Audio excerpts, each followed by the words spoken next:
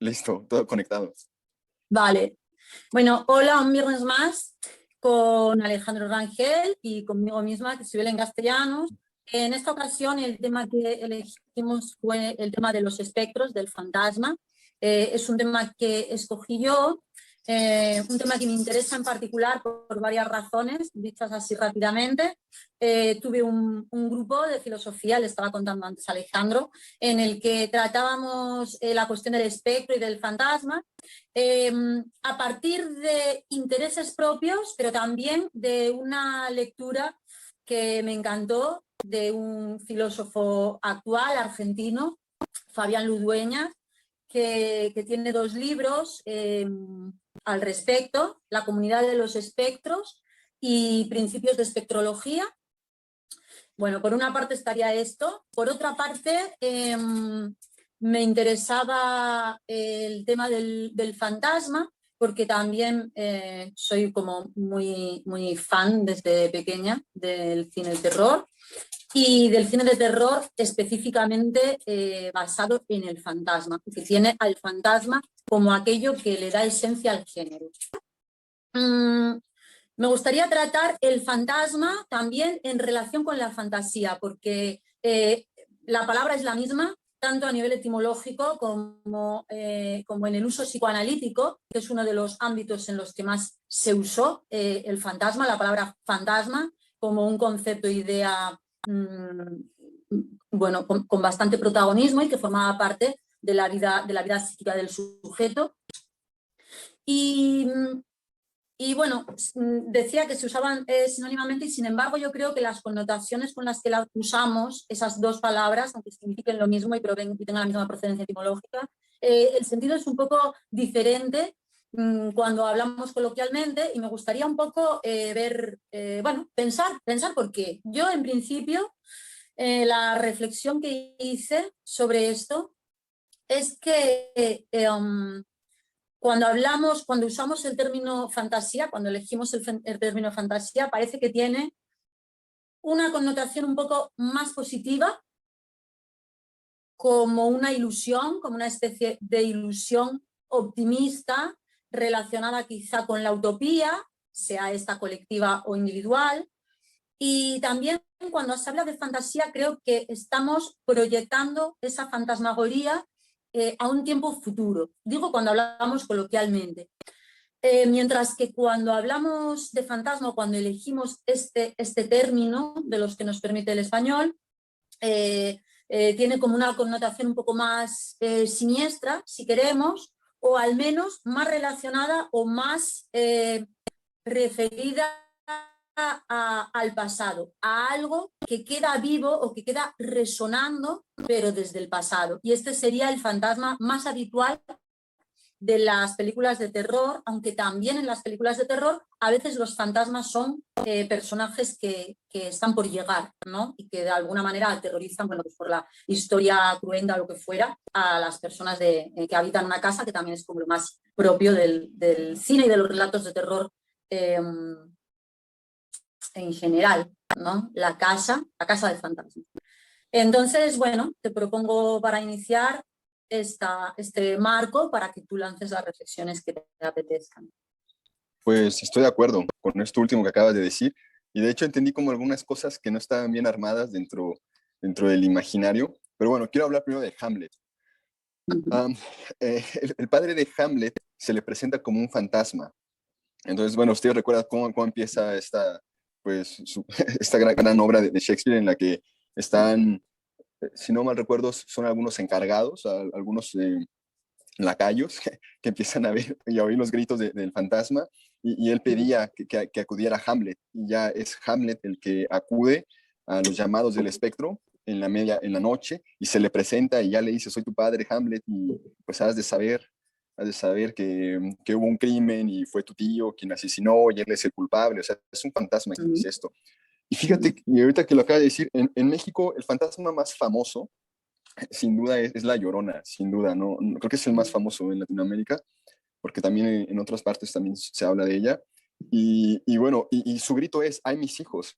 Entonces queda la pregunta, pues, ¿qué le pasó a sus hijos? Y ahí hay un montón de versiones, hay un montón de historias referente a quiénes eran sus hijos. A veces se dice que era una buena madre, a veces se dice que era una mala madre, y queda toda esta duda, pero está pidiendo la vida de sus hijos. Y fíjate que en México, cuando suceden fenómenos como los 43 desaparecidos de Ayotzinapa, pues en realidad es el mismo eco. Ay, mis hijos, ¿dónde están los desaparecidos? O sea que está esta reminiscencia. Y en México los espíritus, bueno, México está más hecho por hombres muertos que por hombres vivos. Y estoy pensando en Pedro Páramo, donde los espíritus y los espectros básicamente forman la vida, forman la vida. Y en México hay una frase: los muertos están vivos. Es la frase donde, por esto considero a México como el país más anticategorial, porque la muerte es una anticategoría, y en México los muertos están vivos. O sea, Sí, que hay como una convivencia con los muertos, ¿verdad? Una convivencia con los muertos. Bueno, no desaparecen, no desaparecen, siguen. claro, claro. En Galicia también, dentro de la península, también hay una presencia importante, como de los espíritus, ¿no? De las ánimas de los muertos. A mí me gusta eso. Y acerca de lo que dices, me interesa también la aparición de los niños, porque también tanto en los relatos y cine de terror como en la espectrología, voy a usarlo así, los niños tienen un papel muy protagonista, ¿no? Y muy principal. Es decir, si hay un elemento que resulta o que le añade a un aspecto más siniestro al terror, hablando, bueno, diciendo terror del género de espíritus y de muertos que siguen vivos de algún modo, es el niño, ¿no? Como que no sé muy bien si es porque el niño, al tener menos edad, está más cerca de lo que es el antes de nacer, y entonces, bueno, pues tiene como su resonancia, o si será porque la muerte de los niños resulta más antinatural.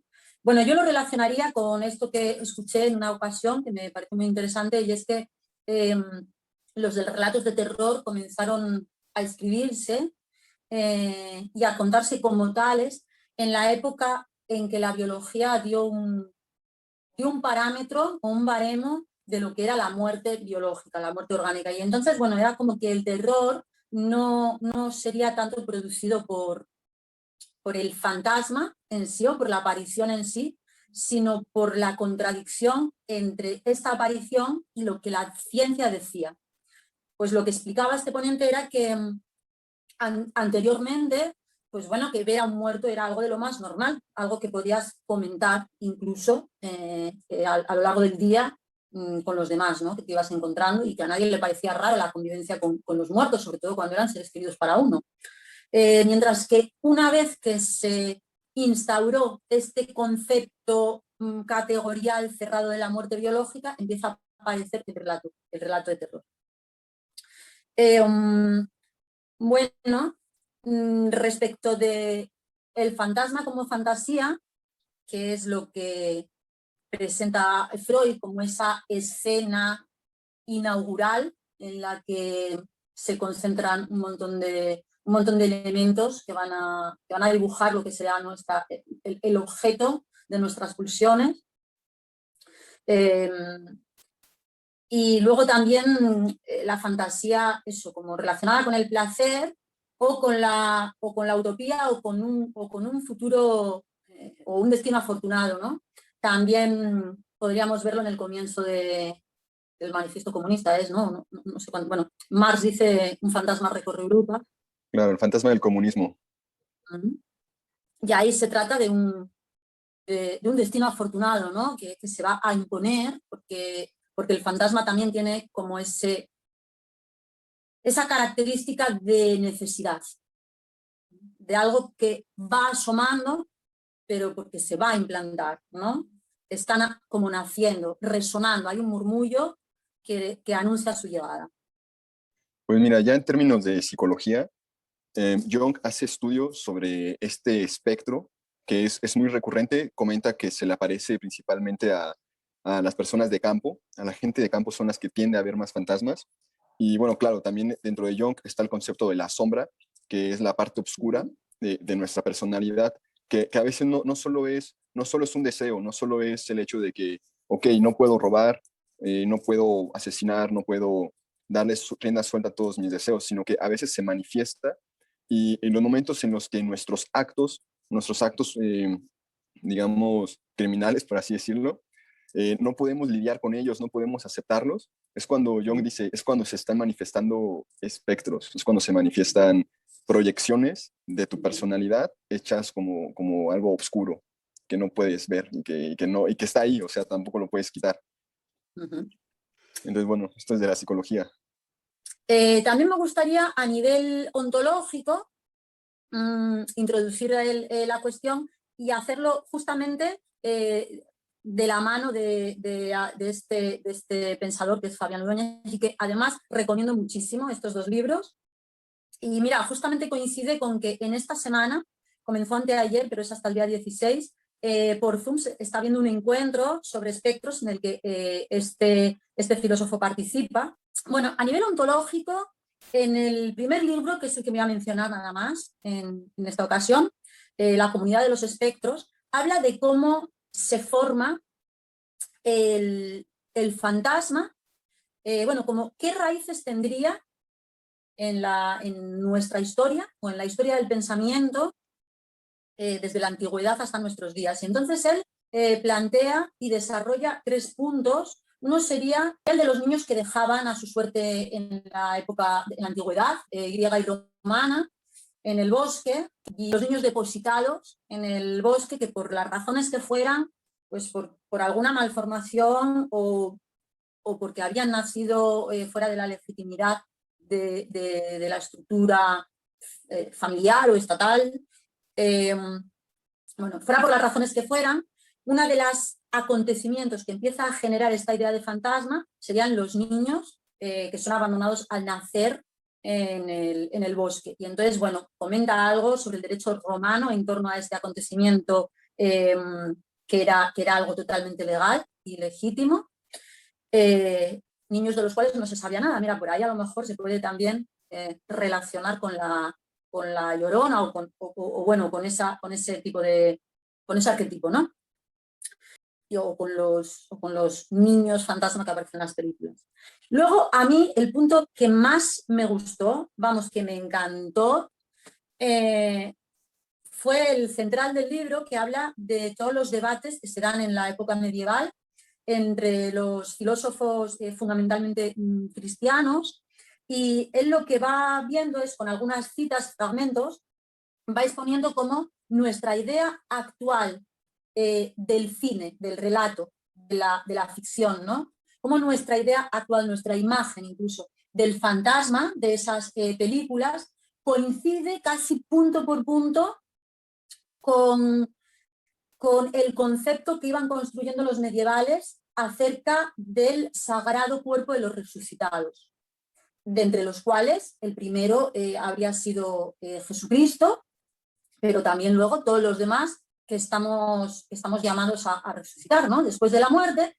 Y estos debates se establecían en torno, bueno, pues al interés que el cristianismo tenía en despegarse del panteísmo, ¿no? Y entonces establecer un cuerpo del resucitado y no solo un alma, sino que, como la doctrina dice, tanto Jesucristo como los posteriores ascienden a los cielos en cuerpo y alma. Y entonces es maravilloso y súper divertido porque vemos a gente de la altura de Tomás de Aquino, pero también de otros, bueno, pues discutiendo acerca de si ese cuerpo tiene o no tiene genitales, puesto que no, puesto que el afecto o el amor no va a ser sexual y no se van a usar, pero bueno, ahí se ve como a algunos les interesa más mantener la figura completa o no.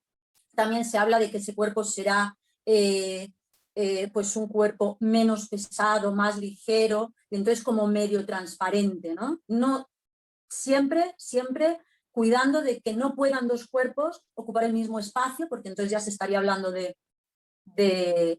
se estaría despersonalizando, ¿no? Y desindividualizando, y al cristianismo le interesa muy en particular mantener al individuo, la persona individual.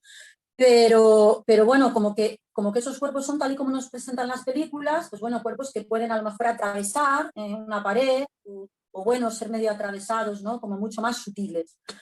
También hablan, pues bueno, de si se asciende a los cielos bueno, pues con el mejor estado capilar, o si por el contrario alguien que muere calvo pues tiene la mala suerte de ascender calvo. Y bueno, van normalmente pues construyendo la figura.